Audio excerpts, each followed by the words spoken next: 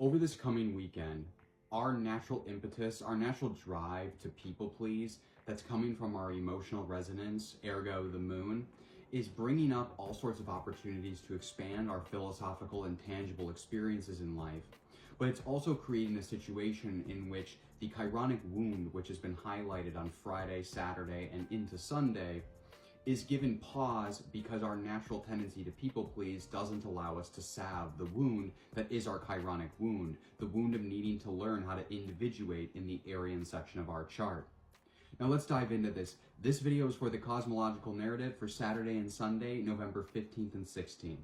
So on Saturday, we're going to start off by looking at 2 transits, and then Sunday, we're going to look at 3 transits, but arguably the story takes place over the whole weekend because a lot of these transits involve the moon, and as we find with mundane transits such as the moon, which will only necessarily affect us like a day, 2 days at most as if it transits a sign, sometimes when we get peak aspect performance, we're only really experiencing that energy maybe 1, 2, 3 hours. It really depends, and only you can tell yourself how much you experience moon transits based off of intensive journaling and analysis of prior transits.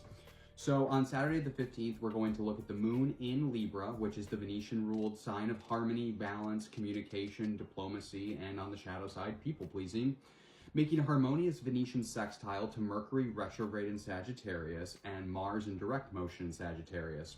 The second aspect for Saturday we're going to look at is Chiron retrograde in Aries, making a quincux, a astrological void point in the timeline, so to speak, to the Sun in Scorpio, which is a continuity of that quincux that started to form on Friday the 14th. So as we talk about this childhood wound, if you're watching this video on Friday and you're like, oh, well, this has really been coming up for me today, don't worry. That's to be expected because this feeling that's coming up on Friday is going to bleed into this weekend and allow us some integration opportunities, which we're going to go through in this video. Now, on the 16th, the Sun, as the lighter celestial body, will reactivate the grand water trine with the Sun in Scorpio, making that harmonious trine, which is of the Jupiterian nature, to Jupiter retrograde in his exaltation of Cancer and Saturn retrograde in Pisces, since those are the slower moving, larger, further away planets. They're heavier or denser, so to speak, especially as they activate the energy. The second transit we're going to look at for Sunday the 16th is the moon in Libra making an opposition to Chiron retrograde in Aries, and then the moon in Libra making a square to Jupiter retrograde in Cancer. So let's dive into it. Let's start with Saturday. So that first transit, we're going to look at the moon in Libra, and as we said, when the moon is in Libra, whenever the moon is transiting a sign, I like to think about this, again, as our emotional response. And the reason I keep harping on that term emotional response, so to speak, is because how often is our emotional response factual? Now, this isn't me trying to gaslight you and tell you that your emotions aren't real or something like that, but how often do we have a tendency to overplay or underplay depending on our own interior programming? So our tendency to overreact or underreact to situations is obviously it's an impulse in the moment, and we don't always act like acting on impulse doesn't always lead us where we need to go. So when we're leading with the moon sign, when we're running our life with moon energy only, we have a tendency to probably act over or under emotionally, depending on what we've been conditioned to tolerate and deal with and what we think that we deserve, so to speak. So when the moon's in Libra, our attention to relationships, specifically diplomacy and people-pleasing in those relationships, trying to harmonize, using dialogue and conversation to create commonality and relatability between non-similar components, that becomes the focus of our emotional body.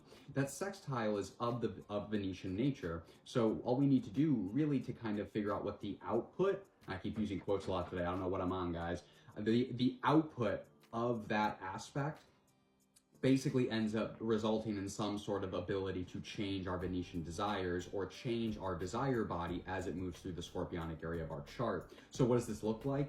Well, again, the moon in Libra makes us really focused on like light, airy, conversational dialogue. It's not intellect conversations like Gemini. It's what makes me feel good, what makes you feel good, and how can we relate on what makes me feel good and what makes you feel good? How can we be friends? How can we, even if we're enemies, how can we be best friends in this moment of relatability?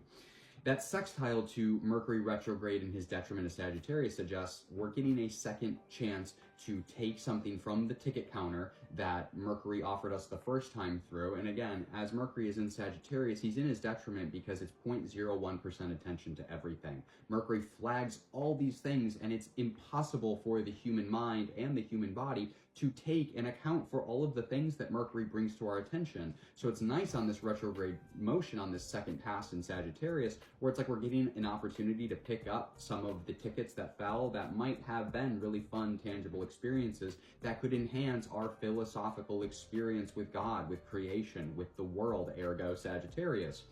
And that moon making that sextile to Mars also suggests that our natural drive to be harmonic in our relationships is helping us to experience these experiences. So it's not just the action of taking the ticket. That's the moon connecting with Mercury. That's the moment of taking the ticket. But to actually act on the ticket, to go cash that ticket in for a tangible experience, that's Mars. And so the moon in that harmonious Venetian sextile in the superior position, essentially our emotions are being supported to bring a sense of harmony to our relationships because we want to experience life, and we're being given an opportunity to re-experience something we missed out on the first time, and it's helping us feel and like be in a position of essentially a diplomat. So I wouldn't expect your emotions to be too frazzled on Saturday. If anything, this might be actually kind of like a peaceful opportunity to explore the Sagittarian area of your life and kind of get that double back on what you missed the first pass through with that Mercury first passed in direct motion. Now, the second aspect on the 15th is that Chiron in Aries retrograde is going to make a quincunx with the Sun in Scorpio. So once again, this kind of started forming yesterday, and the easiest way to understand quincunxes is these are temporary void points in the astrological beat sheet. This is a moment in time where an energy is given to us, an energy is given to us in another area of our life, and we're trying to juggle the pursuit of both energies, but we don't really know how to integrate them with each other. The quincunx suggests that they need to be integrated, but unlike in opposition, there really is a difficult time bringing a sense of compromisation to that, because again, it's like the information doesn't compute. So what does that look like? Well, the Sun is literally highlighting what the chironic wound is, and therefore, by highlighting it, the chironic wound becomes activated. So this doesn't necessarily mean somebody else is going to trigger you. More than likely, what I could see this manifesting as is somebody does something unconsciously, you put the recognition together because it's retrograde and it's all mental and emotional stimulants anyways coming from Chiron, but it's like somebody does something that puts you into a position where maybe you agreed to do something, you agreed to behave a certain way, you agreed to show up, you know, at a certain time, certain place, and do certain something, and then you find yourself in that feeling of like imposter syndrome, or you find yourself in that feeling of not being able to express yourself as an individual from a core sense of authenticity, and you recognize that you aren't expressing yourself appropriately, you recognize that the wound is being activated, but again, the quincunx is like, well, what now? What do now, basically? Like, I have this wound, I have this pain, I suppose I can go journal about it, but sort of like, does that really solve the problem? And that's kind of the energy of this quincunx. So that's happening at the same time that the moon in Libra is making this harmonious sextile to Mercury retrograde in Sagittarius and Mars direct motion, which again suggests that we're getting these opportunities to expand our philosophical and tangible experiences, and they're bringing us closer to exposing us to that chironic wound to heal it, but we don't really have the medication to heal the wound yet, but we're being spurred through that experience. Now on the 16th, which is arguably the larger day, and that's Sunday, the Sun is the lighter celestial body moving amongst the anchor points of Saturn retrograde in Pisces, arguably conjunct with Neptune retrograde in Pisces, and then Jupiter in his exaltation Cancer in retrograde, making up the base of this grand water trine where the Sun then activates it. And the Sun, again, similar to what it's doing with Chiron, it's highlighting something in our chart that needs to change. It's highlighting a karmic belief from our personal underworld, ergo Scorpio, that needs to change. And all of this is being only brought to the surface. Basically, it's like a situation that could only be present because Saturn is bringing us obstacles and limitations. Neptune is telling us to get real about where we've lied to ourselves in terms of our spiritual posture, our meaning, our purpose in the collective. And all of this is done at the behest of Jupiter, who rules the grand water trine, as well as trines as an aspect in general in the cosmic nature of the universe.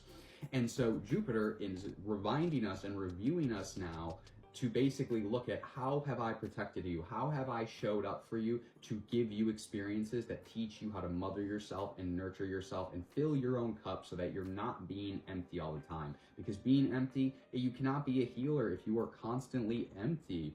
And so again, what Jupiter is actually advocating for in the superior position with the sun is he's actually, orchestrating the sun, gripping the sun like a flashlight and saying, hey, look here, there's this thing, there's this belief, there's a programming, there's unresolved trauma, there's an unresolved idea in the scorpionic area of your chart. And if you don't deal with it, and that's why you're having like the problem that you're having in life, ergo Saturn, like if you don't deal with this problem that's coming up, it's going to keep coming up. Like you have to work through it. And Jupiter's basically saying kind of like, get with the program. You have to work through this problem in order to get over these Saturnian obstacles, limits, and restrictions that he's imposing on our lives.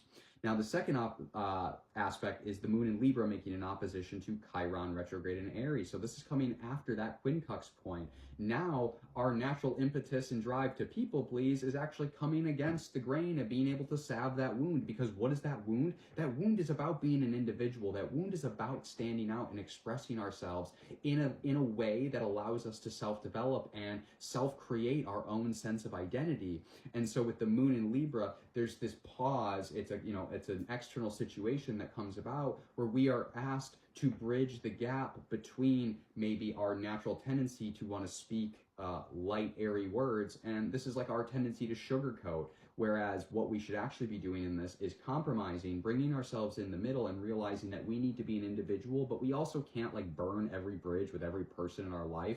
And this opposition is of the nature of Saturn. So it's an external situation brought into our physical reality for us to have a stimulative spiritual experience and then basically integrate and work through. And so what is that spiritual experience? It's going to be, again, like the natural impetus to want to people please, but recognizing that if you continue to people please, you'll never actually address healing that wound. And so we get over that quincux and it's like we get one step a little closer to understanding how to address that wound. And part of addressing that wound is basically, like I said, recognizing we need to be an individual, but maybe even as a leader and a healer, we still have to be able to like sugarcoat the dark truth sometimes, the hard things, because not everyone is at the pace you are. Not everyone's ready to undergo spiritual masochism and go through that deep shadow work. Sometimes you got to just kind of like call and baby people into the process, and that's what this moon opposite Chiron retrograde suggests.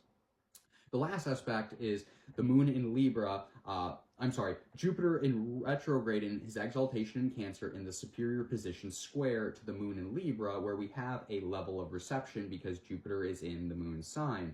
But the moon is working on behalf of Jupiter here. So whatever our natural desire to people please, this is getting us closer to learning how to fill our cup. This is getting us closer to understanding that the divine has an ordained plan that is teaching us to nurture ourselves. And essentially it's like, this is a moment of recognizing that even if the people pleasing isn't getting us closer, like full blast, to healing that wound, it's still part of a larger integrated process of learning how to address that wound when it comes up for like future reference and in future moments. As I say in all my videos, rarely in this lifetime do we get the ability to resolve our chironic root wounds 100%. You might be 99 years old and been on a very intense spiritual journey your whole life, and you could still be triggered. Now, is the public or other people going to know you're triggered? At that age, probably not. But it doesn't mean that internally there's not still like a little like alarm bell, like, hey, this reminds me of something that happened when I was a kid. Hey, this is really like hitting on a soft spot for me.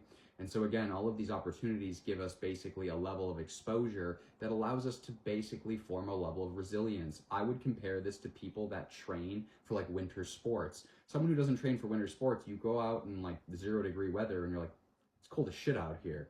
But somebody who's outside all the time training in cold weather sports, 0 degrees is a lot better than -20. So if you enjoy these astrological and spiritual narratives, I encourage you to check out Consciousness Conversations and Consciousness Conjunctions and Conversations. Oh my goodness, I can't even get my class name right. Every Wednesday, 6:30 p.m. Pacific. It's limited to 10 seats per week. It's completely free. We go through the last week's energy transits and the next week's energy transits, and I teach you how to delineate where these things are taking place in your spiritual journey. And we also just offer a safe space for sacred spiritual communion with people that use astrology as a growth and evolutionary tool. The second thing is, if you're interested in booking a reading with me, you can message me at the link tree in my bio, my Instagram or my TikTok, where I have my menus posted. I have economic and hardship pricing available, so if you can't match my current rates and you're affected by the current downturn in the economy, do not fret. Just shoot me a quick DM. Let me know what's going on. We'll figure something out. So until I see you in my DMs for reading, until I see you signed up for my weekly workshop, which is a ton of fun, I will see you on Monday for the Cosmological Narrative for Monday and Tuesday, the 17th and the 18th. And in the meantime, you all have a wonderful, productive, healthy, safe, and great weekend.